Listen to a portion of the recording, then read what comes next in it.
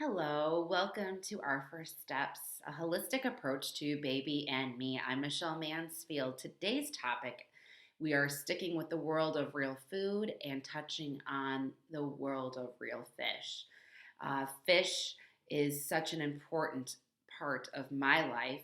I believe it is the highest quality food that we can have in regards to fertility, prenatal, and postpartum health, as well as an amazing first food for our toddlers and into their lives of growing. The amount of nutrients in fish are just incredible, and we'll touch on why, what nutrients, and how to shop for the best quality fish out there, which is the goal. Um, Fish being vitally important to our health is the best source of omega 3 fatty acids. And if you caught my clip on omega 3s and why they're important, fish is going to be your strongest source. Specifically, salmon and trout actually is even higher than salmon.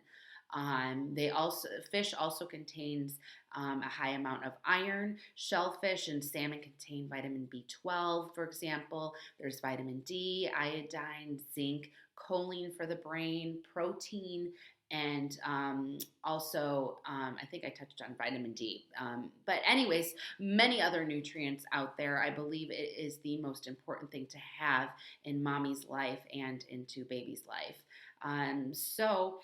Other things, to think about it, if you're not a big beef, chicken, or pork fan, then fish is just such an amazing source to have at the top of the list for your source of protein, your animal protein. Now, here's the deal with wild fish versus farm raised fish. Um, Fish are either carnivores or herbivores. So that's really important when we're talking about wild versus farm raised. If you're eating a carnivorous fish, and a few examples of those are cod, salmon, and tuna, then wild is best. And the reason why is because there is such overcrowding with farm raised fish. And when you have a carnivorous fish, they're going to be eating each other.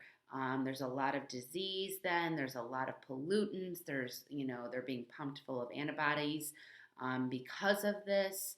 And it's just not a clean world of them living in, and they're eating off of each other, and that's going inside of them and into their meat, and then you're eating it. So, in regards to those carnivorous fish, you want to choose wild, and that's best. There's some wonderful wild options out there. I mean, I shop at Trader Joe's, and the frozen section has actually a lot of wild options. I'm very pleasantly, surprised that they do. Um,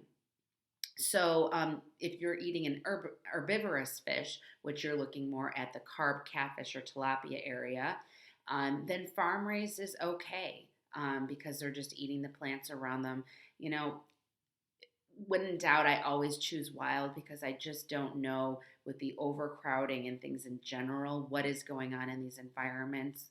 Even if they're not a carnivorous fish, I just if I see wild tilapia, for example, or wild catfish, I tend to gravitate towards that just to, it's just a better environment. And the better environment then goes into the meat and is what you are eating on your plate.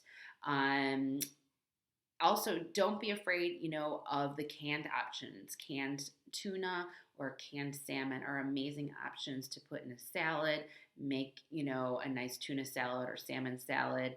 And they have just as much as amazing nutrients.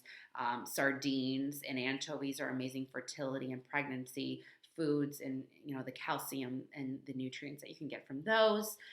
Another tip that I love, and the reason why I love fish is because it's so easy to cook. It's so quick to cook. So it's an amazingly easy meal option for you and for your family.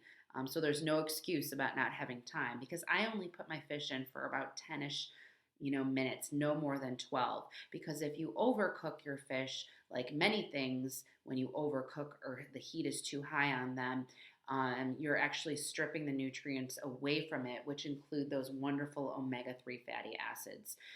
Traditionally, fish is supposed to be served on the rare side, especially salmon. And if you look at the Eastern world of eating, most of their fish is actually, rare, or raw. So something to think about. And I like the texture, better when it's a little bit more on the rare side. And you're not going to get sick. Nothing's going to happen to you. But some people I know that just cook their, for example, their tuna steaks till they're so dry, they might as well just be eating, cardboard, because most of the nutrients, are gone. Um, if you cannot stomach fish whatsoever, I know many, mamas that I've talked to that just can't. It's okay. It's okay. Just make sure that you are getting a high quality fish oil supplement. I believe you should have this regardless, even if you are eating a good, good sources of fish in your life. I have it, even though I am done with having babies. I still have my fish oil supplement. I want my moods and my brain and everything around me to be, in good condition. So the high quality fish oil is so important. Do your research or ask me, because I have a wonderful option that I use and will continue to use, because a lot of fish oil supplements out there are not high quality. There are a lot of fillers. There's mercury in them. So you just really need to be careful. Not all fish oils are alike. So just reach out to me and ask me, and I'll give you a great option. So that's it for the world of real fish in the world of prenatal, actually fertility, pregnancy, and then post baby, and feeding your whole family, no matter what age. This wonderful nutritious option into your diet. Go on my website too for more information if you're curious as to what I do. I have group classes. I do one-on-one coaching. I do a lot of writing and sharing. Get on my newsletter.